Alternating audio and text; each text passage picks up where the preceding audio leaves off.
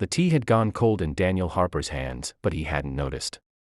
He sat alone at a small outdoor cafe on a quiet Saturday afternoon, staring at the empty chair across from him. 3 years. 3 years since his wife, Emma, had lost her battle with cancer. 3 years of learning how to be both mother and father to his 7-year-old son, Noah. 3 years of pretending he was stronger than he felt.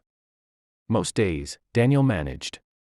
He packed school lunches, helped with homework, worked long shifts as a mechanic, and somehow kept life moving forward. But some days were harder.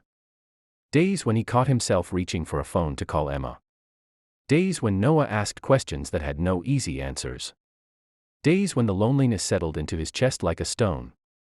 Today was one of those days. He lifted the cup to his lips and took a slow sip. Then he heard a tiny voice. "Excuse me, mister." Daniel looked up. A little girl stood beside his table. She couldn't have been older than 6. Long brown curls framed her face.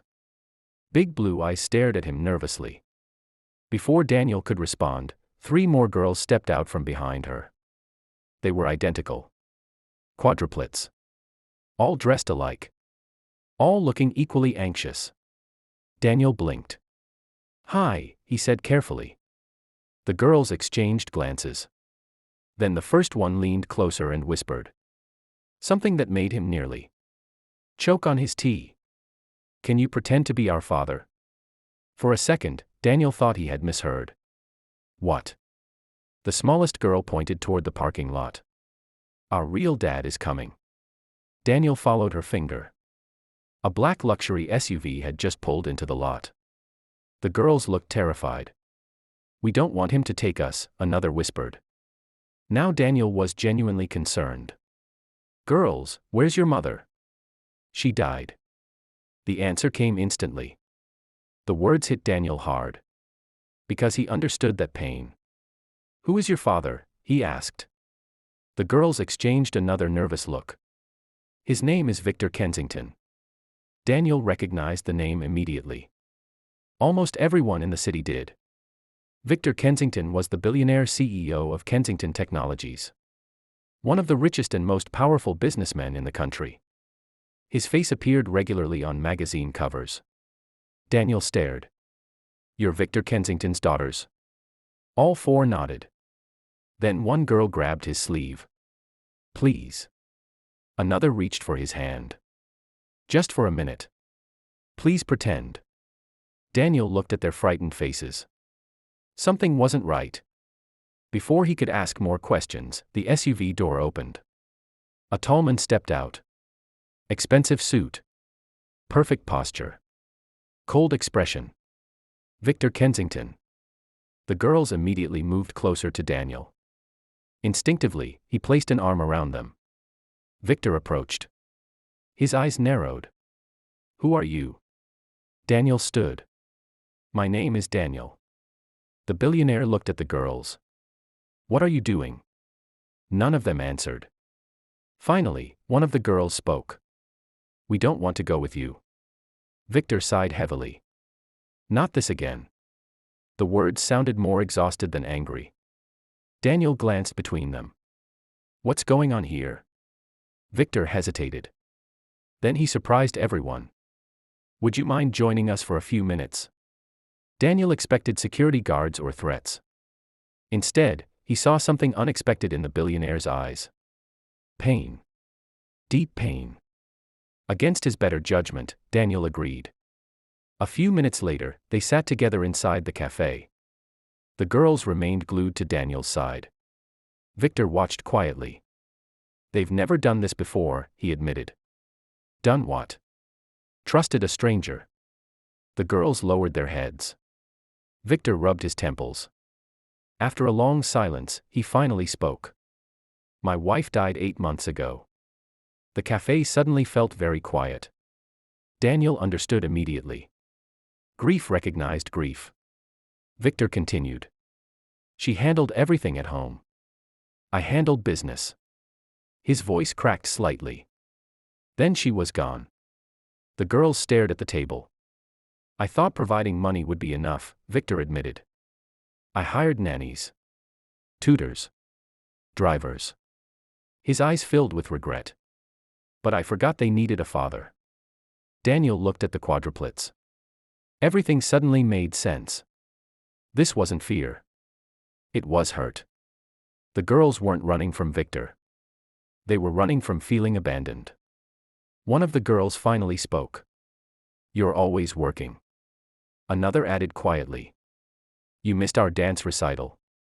You missed Lily's birthday. You missed movie night." Each sentence landed like a punch. Victor listened silently. No excuses. No arguments. Just listening. Then the smallest girl whispered the sentence that shattered everyone's heart. "Mom said if she ever left, you'd take care of us." Tears instantly filled Victor's eyes. The billionaire looked away. But it was too late. Everyone had seen. For the first time, Daniel realized the powerful CEO wasn't some untouchable businessman. He was a broken widower trying and failing to hold his family together. The same way Daniel had once struggled. The same way he still struggled. Victor cleared his throat. "I failed you." The girls looked surprised. "I thought working harder would protect you." His voice trembled. But I was wrong. Nobody spoke. Then Daniel did something unexpected. Something kind. Something that changed everything. He leaned forward. "You know what helped me after my wife died?" Victor looked up. "What?" Daniel smiled sadly. "Admitting I didn't know what I was doing." A small laugh escaped Victor. For the first time all afternoon. Daniel continued.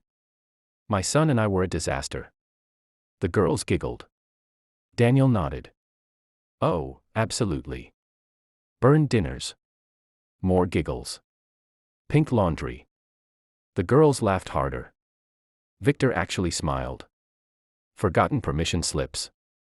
Now everyone was laughing. The tension slowly disappeared.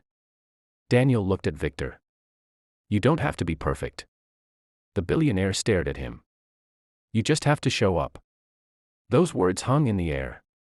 Simple. Honest. True. The girls looked at their father. For the first time, they seemed willing to listen. Victor swallowed hard. Then he got down on one knee beside the table. Not as a CEO. Not as a billionaire. Just as a father. "I'm sorry." The girls froze. "I can't promise I'll never make mistakes." Tears rolled down his cheeks. "But I promise I'll be there." Silence. Then one little girl stepped forward. She hugged him. The second joined. Then the third. Then the fourth. Soon all four daughters were wrapped around their father. Victor held them tightly. Like he never wanted to let go again.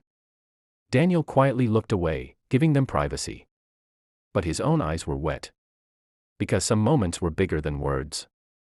A few minutes later, the girls returned to the table. One smiled at Daniel. "You helped fix our family."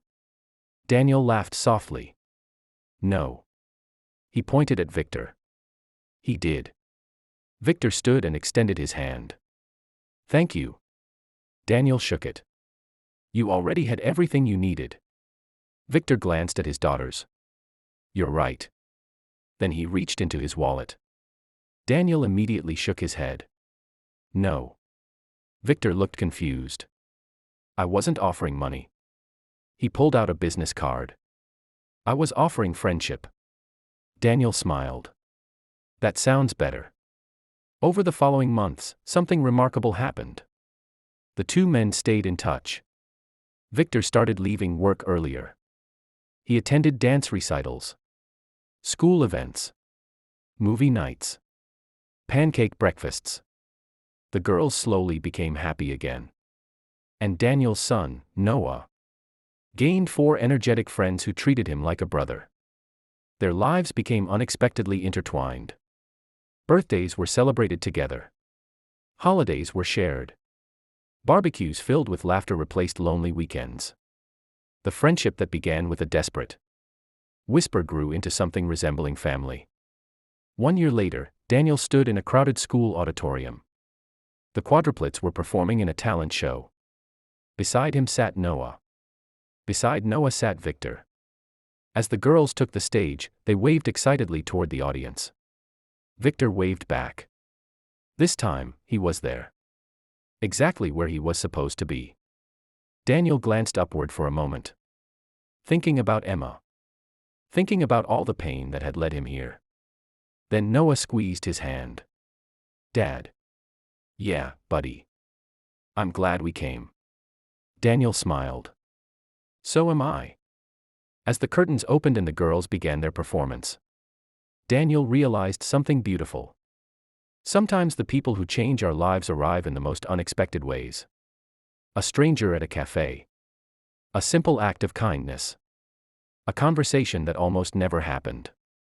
And sometimes, when we choose compassion over indifference, we become part of a miracle we never saw coming. The tea Daniel had been drinking that afternoon was long forgotten. But the lesson remained. A single moment of humanity can heal wounds that money never could. And sometimes, pretending to be family for a few minutes is all it takes to help someone become a real family forever.